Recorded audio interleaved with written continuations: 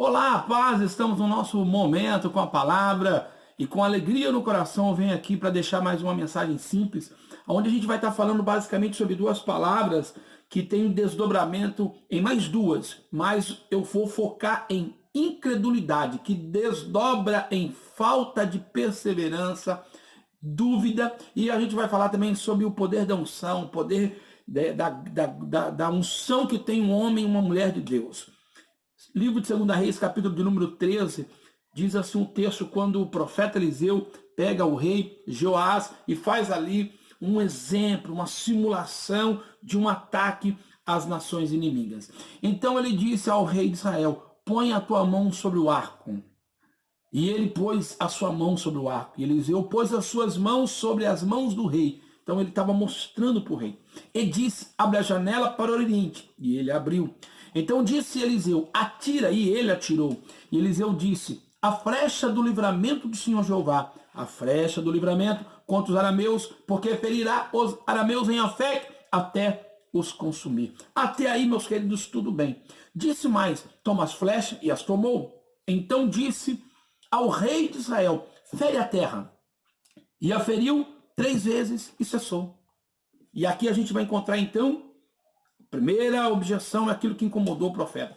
Então o homem de Deus se indignou muito contra ele e disse, 5 ou 6 vezes a deveria ter ferido. Então ferirás os arameus até os consumir. Ou seja, se você ferisse a terra 5 ou 6 vezes, você feriria os arameus, os inimigos, até os consumir. Porém, agora, só 3 vezes ferirá os arameus. Louvado seja o nome do Senhor. Meus amados, quando eu estava observando essa palavra, eu glorifico o nome do Senhor, porque a leitura da palavra, quando você lê e traz para os nossos dias, a gente precisa entender o que isso nos ensina. Para que vai nos servir? E aqui a gente vê uma cena, quando o profeta, ele dá um exemplo. Ele pega o rei, ele mostra para o rei, e até um determinado momento está tudo indo muito bem. De repente, quando é para o rei ferir a terra, ele fere apenas 3 vezes. E o que a gente vê nisso daqui? Quem sabe uma incredulidade, quem sabe uma falta de fé, que desdobra em dúvida, que desdobra em falta de perseverança. Por que falta de perseverança? Porque o profeta diz, o rei, o senhor deveria ter ferido a terra 5 ou 6 vezes, mas só feriu 3 vezes. E o que isso nos remete? Remete a nós pararmos e pensarmos quantas das vezes nós, por incredulidade, por dúvida, por falta de fé, fazemos de forma errada. Não fazemos de forma correta, não fazemos de uma forma que agradaria o Senhor, fazemos por fazer. A impressão que fica é que ele fez por fazer. E o profeta diz, rei, só deveria ter ferido mais vezes. E aí a gente olha o que ocorre, qual é o desdobramento quando eu sou incrédulo. Qual é o que isso vai me trazer de forma negativa. Quando você vai ler o texto de Lucas, de Mateus, de Marcos, nós vamos ver lá em Mateus capítulo 13, versículo 58, a Bíblia diz assim, e não fez ali muitas maravilhas, porque por causa da incredulidade deles, lá em Nazaré. Então, logo, Jesus está me ensinando e ensinando a você que se nós não crermos, quando nós somos incrédulos, a incredulidade faz com que nós não vejamos os milagres. A incredulidade faz com que nós não tenhamos acesso às maravilhas por causa da falta de fé. E a Bíblia nos ensina que sem fé é impossível agradar a Deus.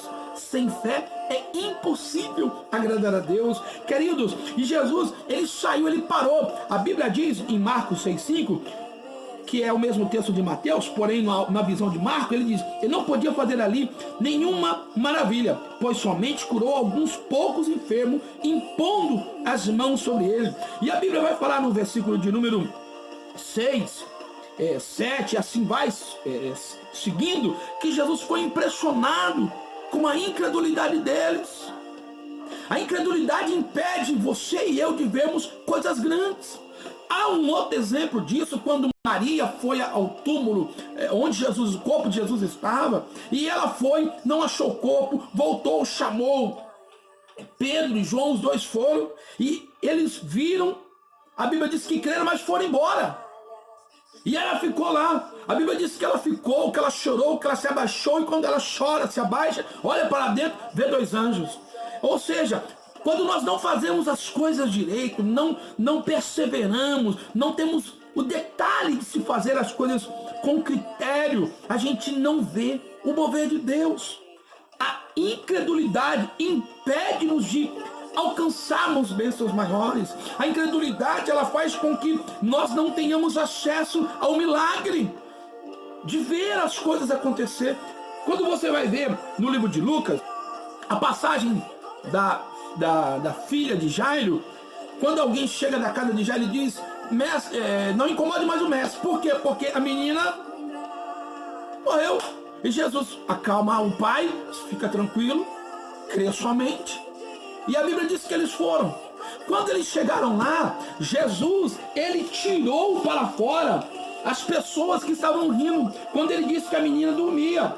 Lucas, você vai ver aqui no livro de Lucas, no capítulo de número 8, essa passagem. É lindo. Você vai encontrar aqui, ó, por exemplo, Lucas capítulo 8, verso 53. E 52 é melhor. E todos choravam e pranteavam. E ele disse, não choreis, porque não está morta, mas dorme. E riam dele, sabendo que estava morta. Mas ele, pondo-os para fora, tocando-lhe a mão, clamou, dizendo, levanta, menina.